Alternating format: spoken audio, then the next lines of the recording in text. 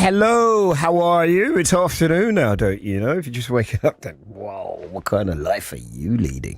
This is BBC Radio London. My name's Eddie, and we're at Trends at 12. And not only is it my favourite bit of the show, it's one of my favourite guests. Now, you're not going to think I like this person. When you hear the way I speak to them, you're not... You're not. Hey, do not speak yet. I haven't finished introducing you yet, right? But he's become a bit of a mate, and this is how I talk to my mates. We went to see the football. He's an absolute fanatical Arsenal fan, as is Ella and as is Sarah.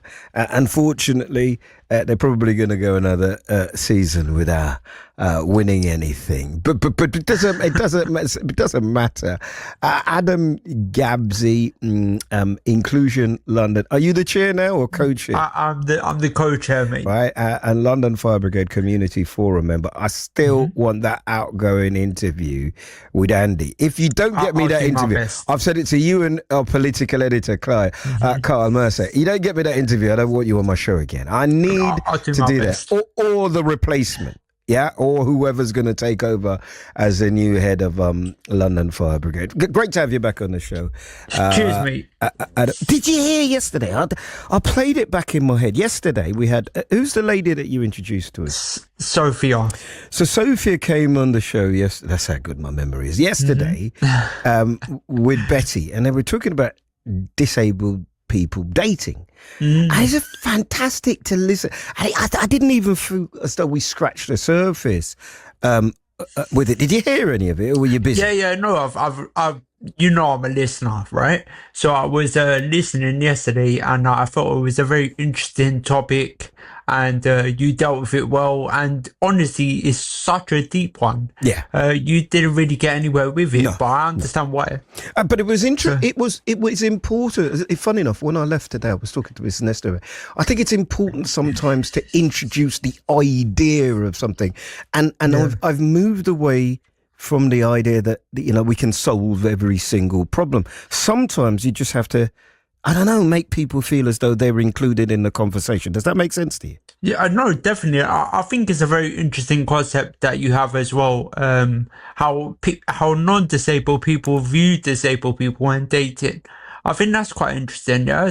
So not only getting the disabled person's perspective, but getting the opinion from the other side. So it is quite an interesting, deep, complex topic.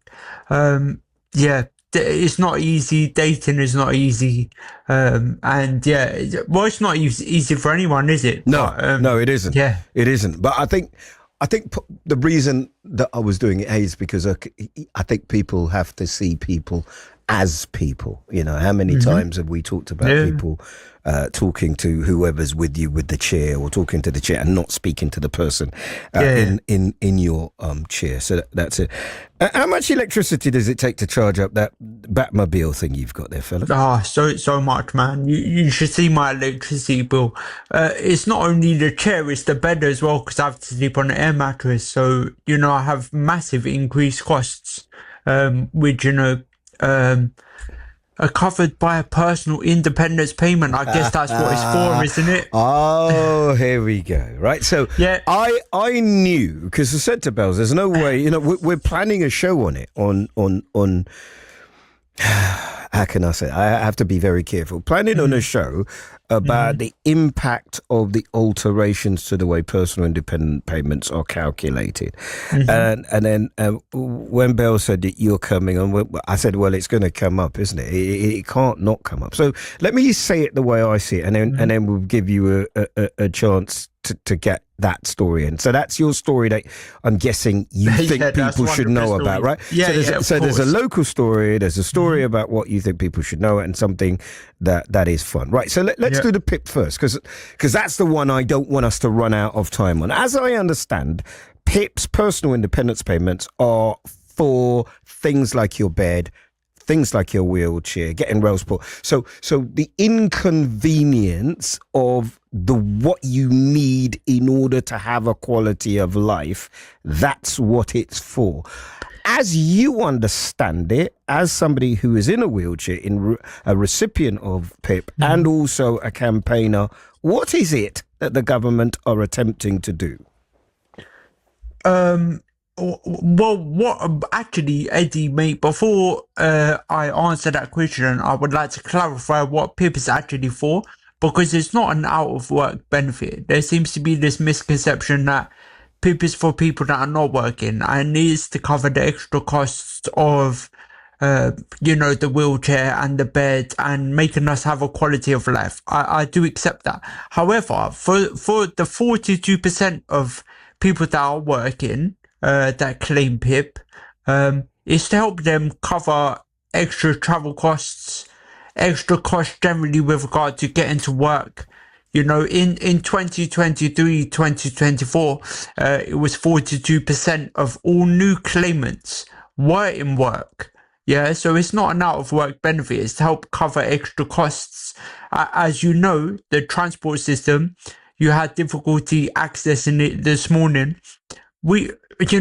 Disabled people have that difficulty every morning. Yeah, most of the transport network is not accessible, and therefore, until it is, PIP is kind of a lifeline, helping us cover extra costs of travel and So.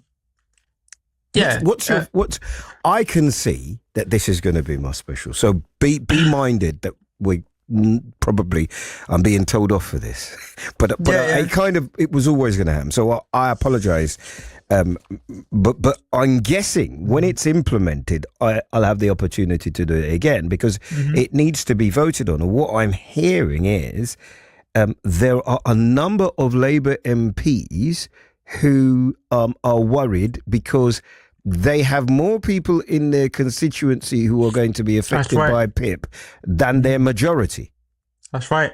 I've got my local MP, who is Gareth Thomas, visiting me at home on the 2nd of May, and I'm going to point that out.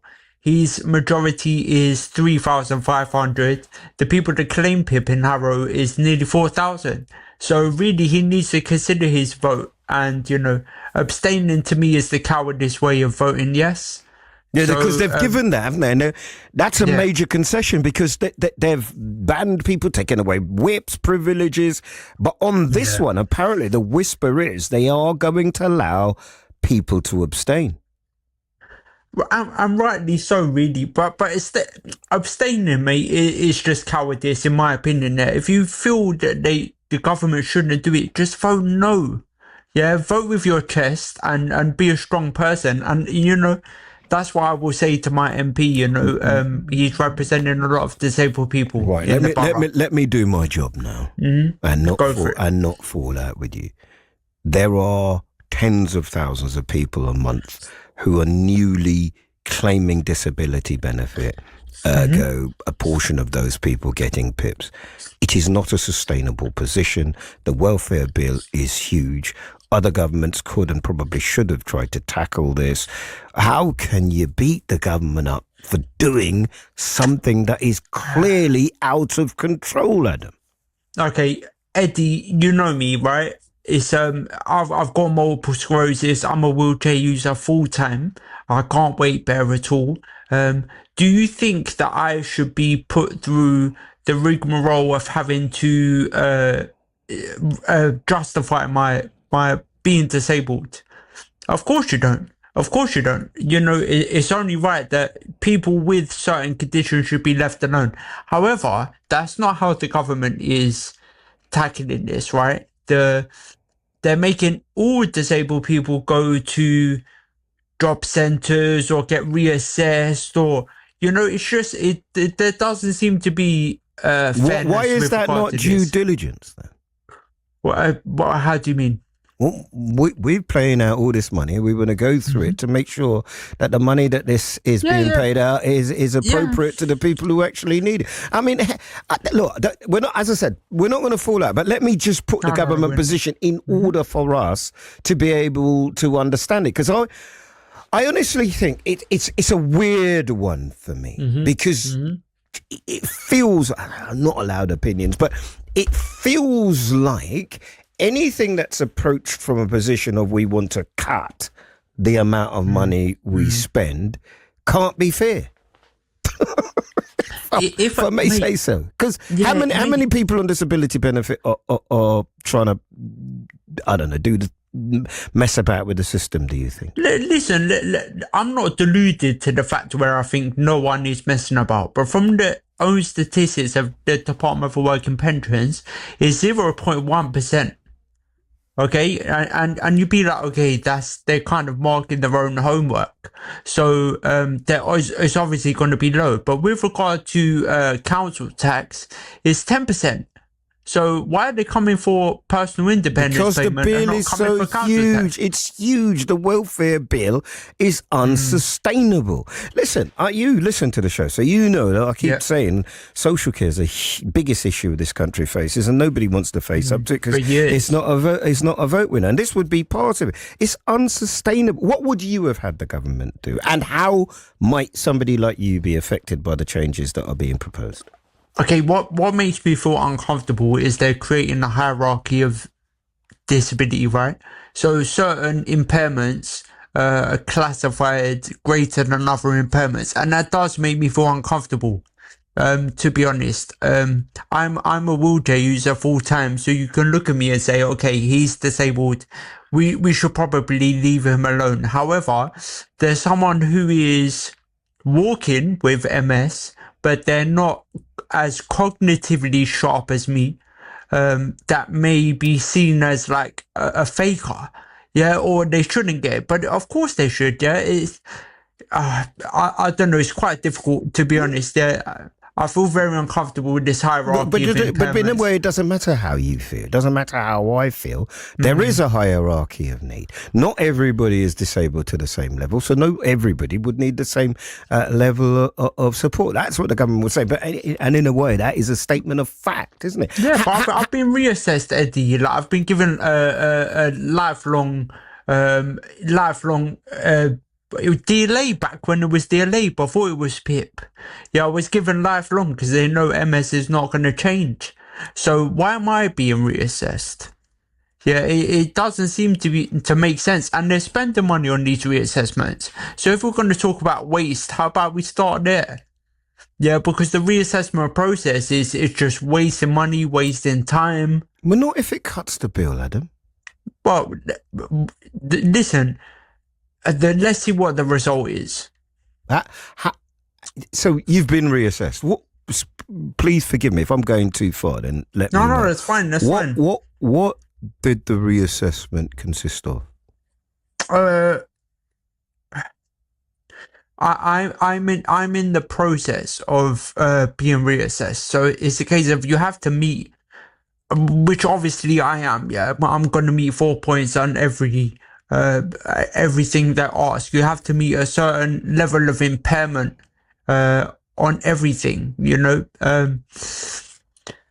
so it's quite technical. If you look at the actual forms itself, it's not easy to claim PIP. No, so where we talk about like people that are cheating the system, that's not easily done, to be honest. Maybe, and it's my fault because I've adopted a tone in order to try to counterbalance an argument, but that's wrong. I can hear that now in the way that you're answering me, and I've got a mate who's probably listening now, and he's an employer, and he said to me, I remember the minute that it happened, it might have been the day that you were at Downing Street, and he said to me, the problem, Ed, is if you approach something from the position of wanting to reduce expenditure, and you look at the number and the percentage of people who have disabilities who want to work, but for one reason or another cannot work because the facilities at the place aren't there for them, because people don't see somebody like you, Adam, with all due respect to you, they don't see you as being able to work. You're going to be sick, you're going to be off. I don't know any disabled people. I don't know. So if you create an environment where people think of disabled people as shirkers and as benefit cheats, and then you put up the national insurance for employers, you make it doubly hard for the very people you think should be in work to get to work. Does that make sense? Yeah, 100%, mate. Oh, and what it comes back to is the social model of disability. So me and you went to Arsenal, and you saw Arsenal remove my impairment. They were amazing. Right, and allow me to be a regular, as you put it, a regular annoying Arsenal fan. That's right. Yeah, Incredibly annoying. Yeah, that's fine. Yeah, but really, the government needs to do that with society They do. before saying that disabled people should work. It doesn't make sense. Yeah, treating us with such, stressing certain people. Stress doesn't help impairments. Yeah, my impairment, multiple sclerosis, is greatly affected by stress. Yeah, so putting me through anything is unjust, and they're justifying it by saving money. And, let's look at what the previous government did when they changed from DLA to PIP. They went into the reassessment process saying that we need to shave 20% off the welfare benefit bill. But you can't take away people's impairments, mate, by having to save a bill.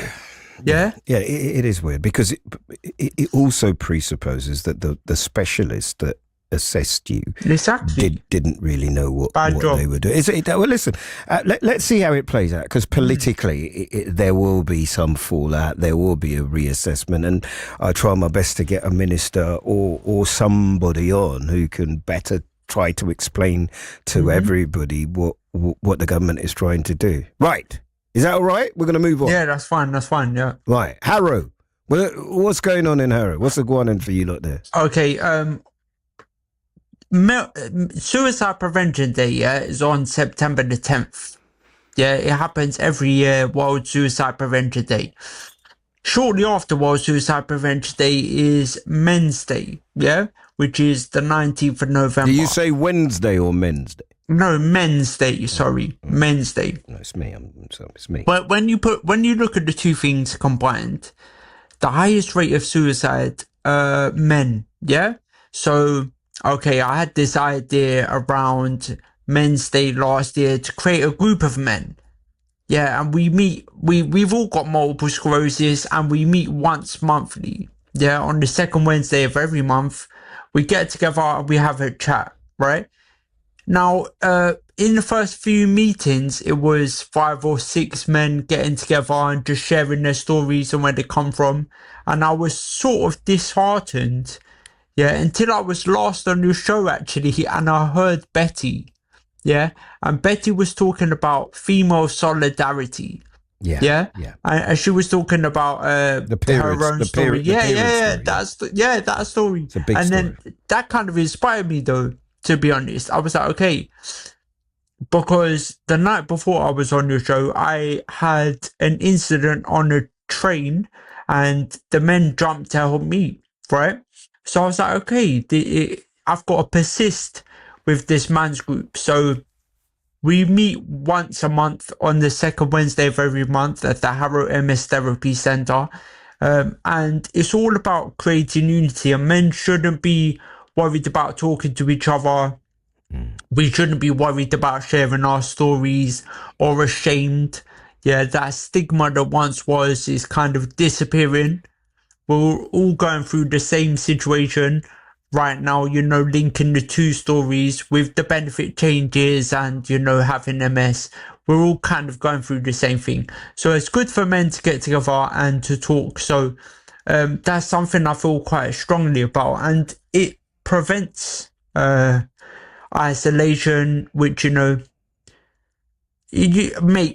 we can get really deep and talk about, how the benefit system and then the promotion of assisted dying is going to just erase a portion of the population.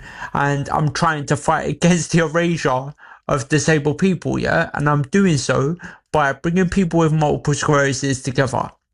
Yeah, we've all got similar stories, and I'm trying to find out about people's diagnoses. You say people with MS. Are you talking about men with MS? No, I'm talking about men, sorry. Yeah, no, I'm talking specifically about men, because women are much better than us. Of course they are. Yeah, they're much better than us, mate. They just talk to each other. They, Betty described it great.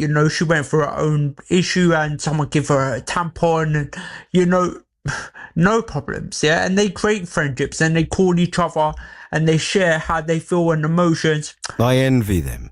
Yeah, 100%, mate. We can barely talk about the football. Yeah, so do you know what I mean? Without getting annoyed at each other, we can barely talk. My wife takes a group of women to the forest every couple of weeks, and they walk through, because I live near Epping Forest, and they walk, and I say, "What are you talking about?" She says, "Anything," and they just walk through the forest, talk, sing stupid songs, and I said to her, "You think I should do this?" And she, yeah. I said, "I'd be walking on my own. I'd be." Well, maybe these are the types of conversations that begin that. So well done to you. I'm only moving you on because I want to get to your positive story. Because you come on here with your miserable self. You are miserable. You come on here talking about personal independence payments, and then you come on here talking about International Men's Suicide Day. What are you doing? Listen, I'd be with you on that walk here, but wheelchair user and all that. I can't. No, you've always got an excuse. You always got an excuse. But I'll be with you. I think that's a great idea, to be fair, and big up your wife for doing that. Yeah, Miss Nestor. No, I'm just happy she leaves the house. Yeah. All right, I'm sure she's gonna love that one, Eddie. Yeah? Remember, I'm a bad man. Right, come on. What's your last one? Oh, I can see it. Okay, you're a muppet. No, the only people that could talk on the mic right now, the only people I want to talk to are people that are in the European Cup semi-finals. So lucky for you, Eddie, you qualify, mate. Your team got there. I don't know how, mate. The final 15 minutes of that game was something else. Is that the greatest game you've ever seen? It's up there for sure. You're just a hater. It's definitely. You've never seen a better. You've never seen a better. That is better than Liverpool Newcastle. That is the greatest. I told you what was one of the greatest things I've seen. If you say that, the fans that left the game and then tried to come back when you lost scored. That was the greatest thing I've ever seen. I hope somebody does a documentary on that. In case anybody doesn't know, Man United we needed 2 goals, right? And then people just went, I can't help this. I don't want anything to do. And then they left, and then they scored, and then everybody's trying to get back into the stadium. Unbelievable, mate. So Tottenham are through to the semi-final of a European tournament. Man United is through to and you're through to the semi-finals of the Champions League. PSG next Tuesday. You want to do hope or expectation? Both. What? How do you mean? What do you think is going to happen? We beaten PSG already. So I expect the same. I expect a good atmosphere. But to be honest with you, do you know who is in the semi-final, Eddie? And needs our support as Arsenal fans? The women. The women. Yeah, they're behind though, aren't they? Chelsea are out 4-0, but the women are behind. Is it Lyon? Lyon 2-1. Yeah, Lyon 2-1. So when's the return leg? The return leg is on Sunday. And they need our support. I wish them lots of luck. Yeah, I'm sure you do. I can hear that. I can hear that in your voice. Man, the women need our support, and if Kim Little plays anything like she played the other day, I think we have a good chance. And also, they are used to coming back. So what they did to Real Madrid from being 2-0 down and turning that game over, Well done, mate. You make me look. You're wrong, and that's why I like it. Gabsi, take it easy. Remember, I want the outgoing interview with the fire commissioner 100%. or whoever the new commissioner is. Otherwise, you, mate, are banned. I'll pull the plug. I'll burst the fuse. Whatever you need to do, it won't work. I take it easy, Gabsi. Lovely having you on the show. This is BBC Radio London.